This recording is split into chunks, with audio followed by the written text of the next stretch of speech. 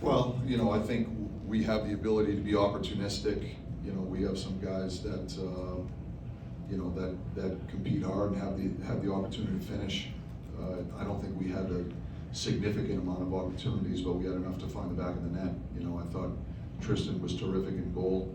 I thought we defended hard. I thought we spent too much time defending tonight, and that's something that I think we've got to get better at against a team like Carolina. We can execute on our, on a number of things. On our breakouts, we won a fair amount of face-offs, and we didn't get out of our end zone, things of that nature. So there were areas that we know we can get better at, but I thought for the first two periods, we were fine. I thought in the third period they elevated their game, and we spent a lot of time in our defensive zone.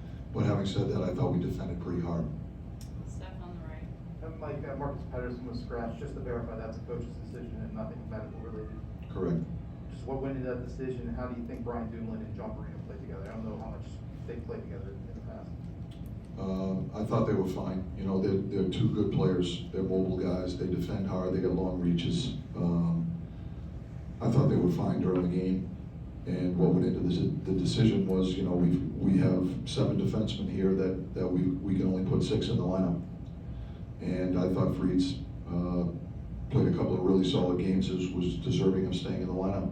And so there's a healthy competition amongst our group at all the positions. But in that position in particular, I thought Fried's deserved to play based on performance. And so these are difficult decisions. They're not easy. Marcus has played a lot of good hockey for us as well. So we'll make decisions game to game, and we'll try to put the best 6 in the lineup that gives us the best chance to win. Tim on the right.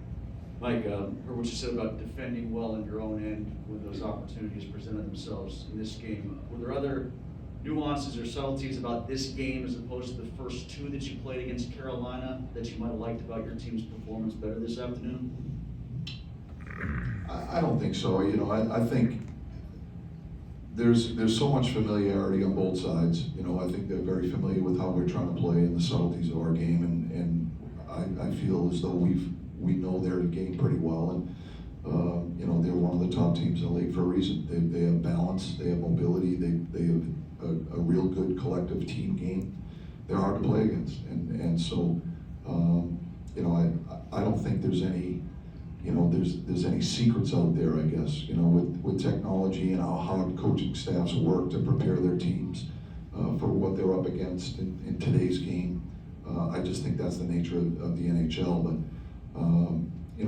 I do think we defended really hard tonight. They got some looks, but I thought we defended on like the second opportunities, the rebounds, things of that nature, that those tend to be the real high quality opportunities, and I thought for the most part we did a pretty good job at neutralizing those, just with numbers and competing at our net front, and we had a couple of good shot blocks. I thought our wall play could have been a little bit better, getting pucks out. When you play a team like Carolina, territory is so important. The game's going to be played in one of 2 end zones, and it's important to force that team to have to expend energy defending you, and if you can hang on to pucks in the offensive zone and force them to expend energy, then you can tilt the ice in your favor.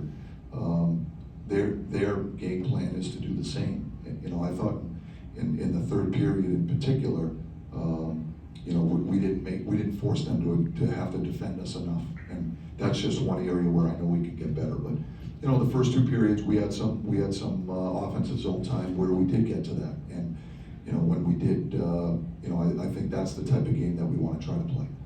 Taylor in the front. What did you make of Kapanen's game and the way he responded after being scratched? Did you see any more of what you're hoping to see from him?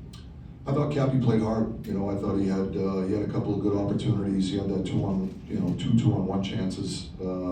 He can really shoot the puck, and if he gets those types of looks, we think he's going to score goals. But I thought he was trying to use his speed. He was trying to defend hard. He was making a concerted effort at some of the little things that we've asked him to do, plays along the wall, breaking out of our end zone, things of that nature that just help us become more difficult to play against. So I thought he responded pretty well. Mark.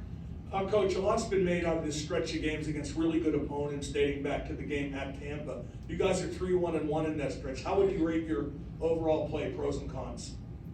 I think it's been a mixed bag. You know, I think there are moments where we've been really good. I think there's been other scenarios where, you know we can be better. And we have high expectations of this group. So, you know, it's for someone like myself, I'm always looking for ways to try to push this group to improve and get better. You know, having said that, I have so much respect for how hard our team plays and how committed our group is. You know, we've got high character people in our dressing room. We have great leadership in our dressing room. And I know these guys are capable of a high level of hockey. And when we play the top half of the league, the better teams in the league, they're great opportunities for us. And we want to get excited about those. We need to get excited about those. And we've got to embrace those types of games. They're hard games. They're a struggle. And we've got to embrace that struggle. And so, you know, for me, it's going to make us more battle tested. It's going to get us ready for the games in the last part of the season. That's usually the hardest hockey leading up into the playoffs and trying to solidify a playoff spot. But I think we've had our moments when we've got to our game and it's been a really solid effort. And there's been other circumstances where we've gotten away from it. You know, you have to give credit to our opponents too. These teams are good teams as well, and they have good players. And so, you know, we're just going to continue to push our team and try to keep our guys at their best. We're going to try to dictate the terms every night. We're going to try to learn through the experiences and move on. Two more, Mike. Mike, how did your team play below the goal line at both ends? And is that maybe an area where the compete and the battle is going to show up the rest of the way as much as anywhere else? Well, I think we're competing for sure. You know, I think we're competing on pucks, and you know, I thought we could have held on to pucks a little bit more in the offensive zone, just forcing them to expend energy defending us. I thought Teddy Bluger's line in particular was really good in the offensive zone. I thought that line did a really good job as far as helping us gain momentum. You know, the goal Brian Bortles scores, I think, is a terrific example of it. You know, they're hard on pucks, they're hard on people, and you know, Carolina plays a pretty hard man-on-man game. And so if you can beat your check, you might get an opportunity. And so you know, I thought we could have been harder on pucks in the offensive zone. I thought as a group we competed hard to defend. Last one, Dale. Mike, you mentioned being hard on pucks. I have to ask you about the effort that Evgeny Malkin made throughout this game. It almost looked like he was the guy that was doing the dirty work on his line. What was your impression of him? I thought he made a couple of huge plays on the goal. I think it was Dan Heinen that scored. I thought Gino made that play, just keeping that puck alive. Mm-hmm. And the second effort, and you know, that's the power game that he's capable of. You know, he's got a long reach, and he's so strong on pucks. And I think that example, that particular goal was an example of it. And I just think that shows you what Gino's capable of when he's on top of his game. But he's just such a big, strong player out there, and he's so hard on the puck. It's hard for people to get it away from him when he's using his frame and his skill sets, and he usually makes players around him better because he has the ability to see them and get on the puck. So I thought that particular goal was a great example of it. Thanks. Thanks.